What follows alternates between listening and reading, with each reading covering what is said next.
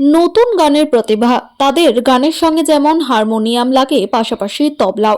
তবে সঙ্গীত জগতের সঙ্গে জড়িয়ে আছে ডুগি তবলা। আর এই ডুগি তবলা ছাড়া সঙ্গীত অসম্পূর্ণ। বর্তমানে নানা ধরনের যন্ত্র সঙ্গীত চলে আসলেও ডুগি তবলার কদর আজও আছে। তাই সঙ্গীত শিল্পী বা নতুন প্রতিভাদের কাছে তবলা একটা আলাদা অনুভূতি। বর্তমানে তাই আজও চাহিদা রয়ে গেছে তবলার। রানাঘাট দাসপাড়ায় এই তবলা তৈরির কারখানা আছে, যেখানে বছরের পর বছর কেউ 30 বছর, কেউ 20 বছর, কেউ বা বাপ ঠাকুরদার আমল থেকে এই ডুগি তবলা করে আসছেন। তাদের তৈরি তবলা জেলা ছাড়িয়ে বিভিন্ন জায়গায়, এমনকি রাজ্যের বাইরে বিক্রি হয়। একটা তবলা করতে একদিন সময় লাগে। ভালো তবলা একটু বেশি দাম লাগে, কারণ তখন তার জিনিসপত্র, এমনকি একটু বেশি দামের চামড়া দিয়ে তৈরি হয়। বর্তমানে তবলার বাজার ভালো, কারণ অনেকেই এই পেশাকে নিয়ে এগোতে চাইছে। এই প্রসঙ্গে কি জানাচ্ছেন আমাদের শুনে নেব। নদিয়া থেকে বাবু ব্যানার্জির রিপোর্ট, প্রথম আলোর বার্তার পর্দায়। সঙ্গে থাকুন, ভরসা রাখুন। আচ্ছা, কেমন চাহিদা রয়েছে মোটামুটি সব চলে আর কি। এই ইলেকট্রনিক্স বাজারে, যেখানে বিভিন্ন ইলেকট্রনিকের জিনিস বেরিয়ে গেছে, সেখানে আপনাদের হাতে তৈরি তবলা কেমন চাহিদা? চলে, বাইরে চলে, ঘরেই চলে, ঘরেই চলে। আপনারা তবলা কীভাবে তৈরি করেন? কী কী কাঠ দিয়ে তৈরি হয়?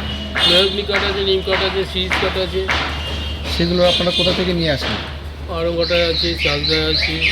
কোন কাঠের তো সব থেকে ভালো বিক্রি মানে তবলা ভালো হয়? মেহগনিটা বেশি চলছে, মেহগনিটা বেশি চলছে। কী কী লাগে?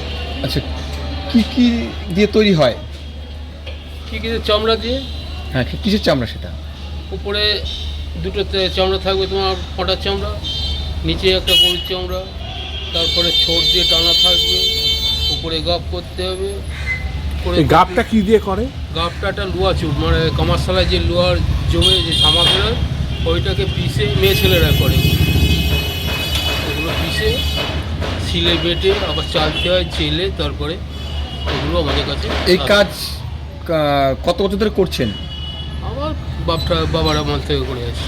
এই গ্রামে কি সকলে এই কাজের সঙ্গে যুক্ত? আমাদের এই পাড়ায় সবই এই কাজে যুক্ত। এমন কতজন রয়েছেন এই কাজের সঙ্গে যুক্ত? আমরা এখানে পাড়ায় প্রায় 60 ঘর আছি। কী নাম আপনার? সুনীল দাস। ডুগি তবলা কীরকম এখন বিক্রি হচ্ছে? মোটামুটি খারাপ না, বাজার মূল্য ভালোই বিক্রি হচ্ছে। হ্যাঁ, পাইকারি হোলসেল কাস্টমার মোটামুটি চাহিদা ভালোই আছে। হ্যাঁ, বাজার মূল্য। তা আপনি যেটা জিজ্ঞাসা করছিলেন যে মাটির আর স্টিলের মধ্যে তফাৎটা কি? হ্যাঁ হ্যাঁ।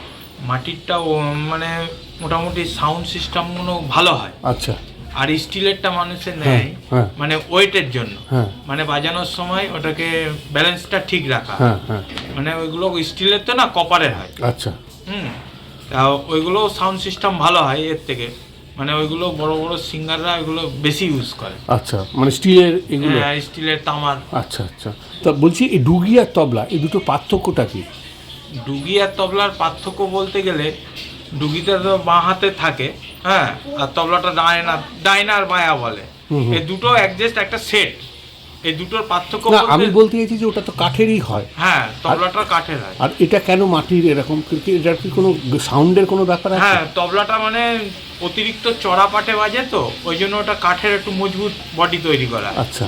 তার জন্য ওটা কাঠের হয়। আচ্ছা। মানে ওর সাউন্ড সিস্টেমটা আলাদা হয় তবলার। আচ্ছা। আর বায়ার সাউন্ড সিস্টেমটা একটু ভারী হয়। আচ্ছা। আর এটা করতে কতক্ষণ টাইম লাগে একটা? এটা করতে মোটামুটি একদিন সময় লেগে যায়। আচ্ছা। পুরো রেডি করতে। কত বছর ধরে করছেন এটা? আমি 10 থেকে 12 বছর ধরে করছি। আপনার বাপ ঠাকুরদাদা আমল থেকে? হ্যাঁ। কোথায় কোথায় যায় তবলা? এইগুলো কেউ কলকাতায় যায়, কেউ বাইরে ডেলিভারি করে, কেউ লোকালে, কেউ কাস্টমার ধরে চলে, এইভাবেই সেল হয়। কি নাম আপনার? বাবু দাস।